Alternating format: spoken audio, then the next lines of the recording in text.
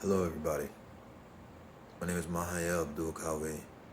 I'm the founder and representative of the Accountability Party for Human Rights, a political vanguard organization comprised of individuals who have chosen a path of self-awareness and self-understanding to become something more for themselves, for their loved ones, and then at large their communities around them.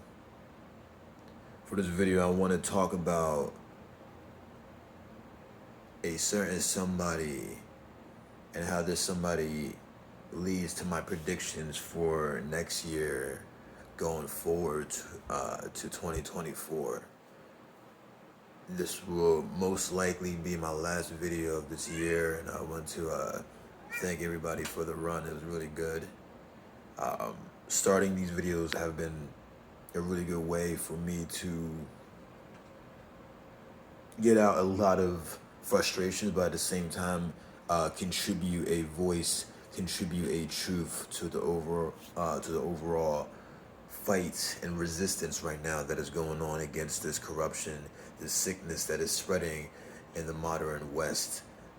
And for those who have supported, who have watched the videos, for the small demographic out there, I really appreciate those, and I hope as we go into 2022, no matter what happens, no matter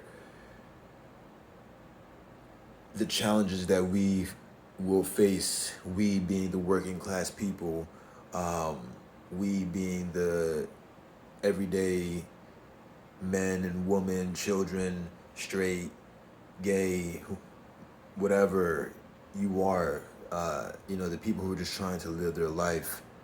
I hope as we go into these really dark times that we are able to find unity and that we're able to find true love. And as somebody that deals with a lot of darkness and a lot of understanding on things, I say that for myself as well too.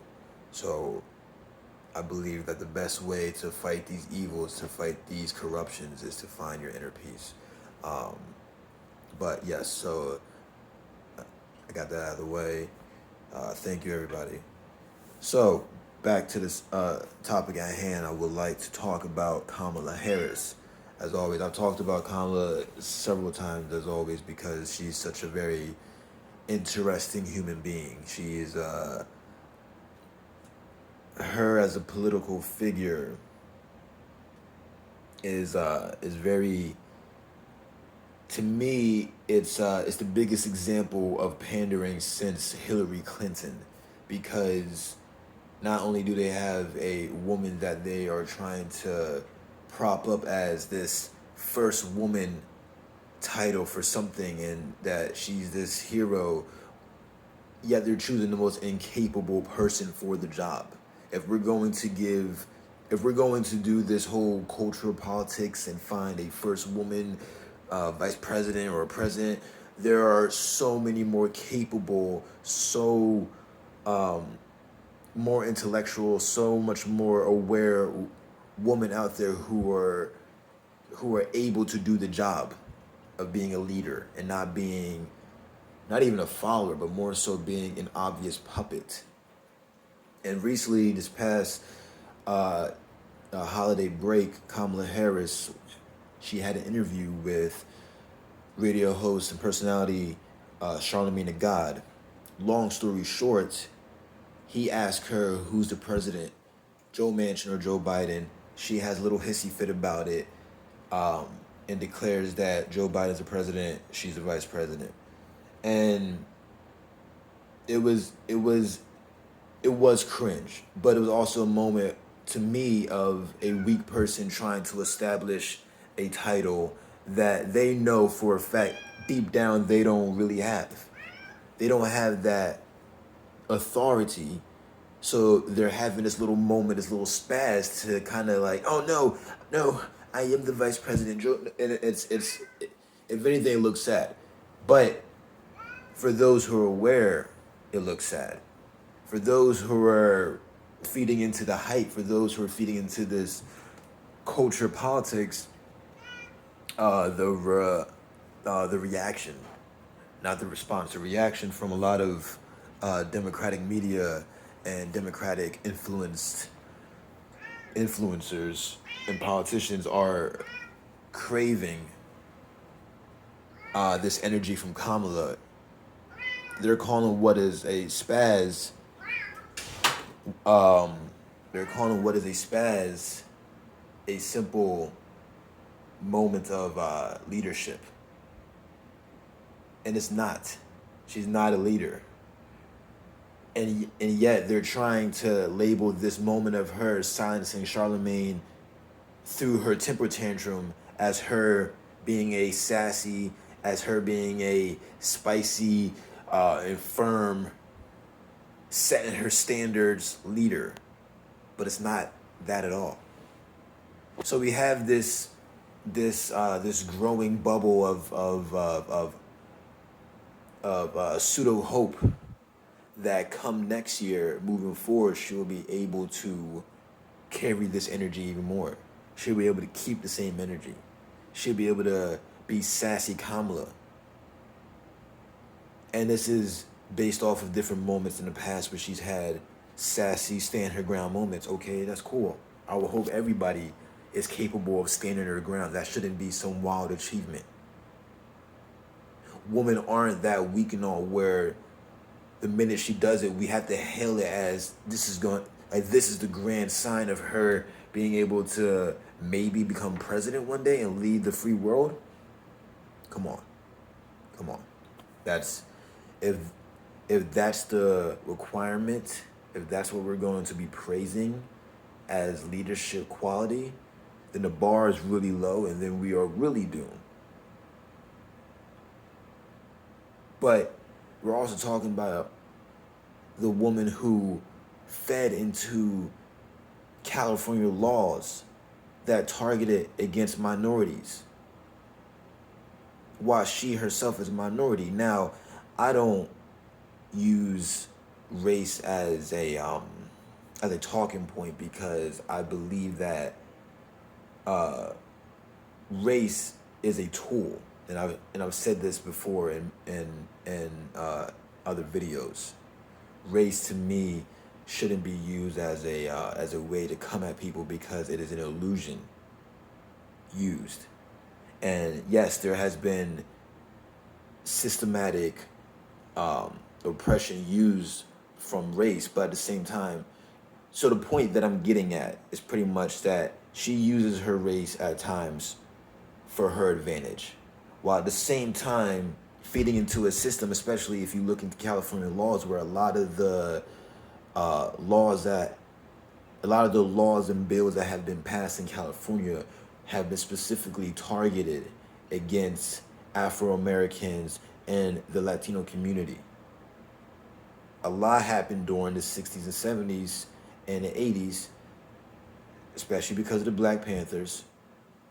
But fast forward to her time as a prosecutor, she fed into these. If anything, she did it with a smile on her face. Now, this is the woman that we, again, are trying to position into leading the free world. I'm sorry, I don't believe it. Especially when Silicon Valley also has high interest in her. When she was picked back in 2020 for the VP status, there were a lot of people in Silicon Valley who were interested. She has a lot of ties to the tech industry as well. And right now, as somebody who is deeply passionate into tech innovation, I know the companies right now behind it are the most sus motherfuckers in the world. And yet they love her, that she has ties to them. So I don't think she understands how, if she continues to feed into this pandering, it's not going to work out for her benefit. It's not going to work out for the Democratic Party. They already have a cesspool of fuck-ups and critiques where it's going to be a repeat of the Obama years, and then they're going to complain and cry about, oh, what happened, but they didn't really do anything. We're not surprised. And then the Republicans are going to take back. They're going to stop everything that Joe Biden and then this sassy Kamala is going to try to do. And she's going to try to assert this sassiness when the Republicans try to take over next year of the House, probably to get a House and a Senate, and it's not going to work. It's going to be a failure. And Joe Biden, he's going to hide, and it's going to be a failure. And then we're going to go into 2024, and then we're going to either get Donald Trump or Donald Trump 2.0 again. And we're going to keep feeding into this back and forth. Meanwhile, climate change is going to ravage more cities across the world, especially here in the United States. Water is going to become very scarce. China is going to have more domination, more power in this Cold War, and the working class across the world, specifically here in this country, is going to fail. So I say all this, and this is where I would segue from Kamala's fuck-ups and how that connects to the bigger picture, how for the working class moving forward. Come 2022, it is crucial that we all start making steps to becoming self-sufficient. The Accountability Party for Human Rights is a collection of individuals who have chosen the path of self-awareness and self-understanding. That is the path that everybody, regardless if you're in this organization or not, must take. You must become aware of yourself. You must understand who you are, because then once you are able to do that, you understand your role, you understand your purpose, you understand your part in the bigger picture, where you're able to focus on yourself and still contribute to the greater good. And this is where the unity comes in. This is where you're able to help your friends, and then your family, and then your community. But it starts with yourself, because this is a ticking time bomb, what is happening around us. And for those who have seen the movie 2012, the rich, they have secured their exit because they've seen their fuck-ups and they know how this shit ends.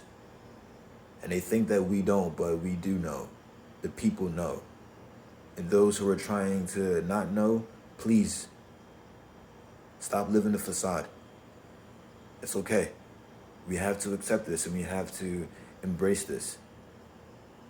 Balance it out with peace, but accept the reality of the world. And that's how you achieve the peace, and that's how you achieve the fire and the motivation to keep moving forward.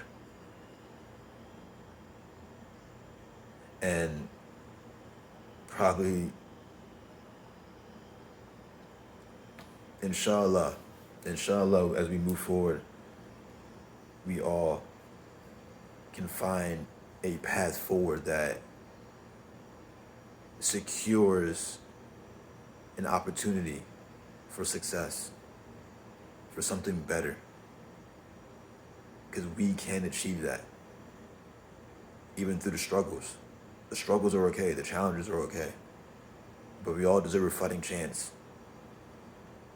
And we all deserve to make that chance happen, especially if the people whose job it is to ensure that we have a fighting chance are actively taking that chance away. We have to make that chance ourselves. And it's very much possible. Man, woman, no matter where you fall, no matter what your belief is, we have to come under the same umbrella of this respect and understand that we're all human beings and we're all trying to do this shit together. And that we can all make it through if you just take that first step. Awareness, acceptance, adapt. Accountability. Inshallah.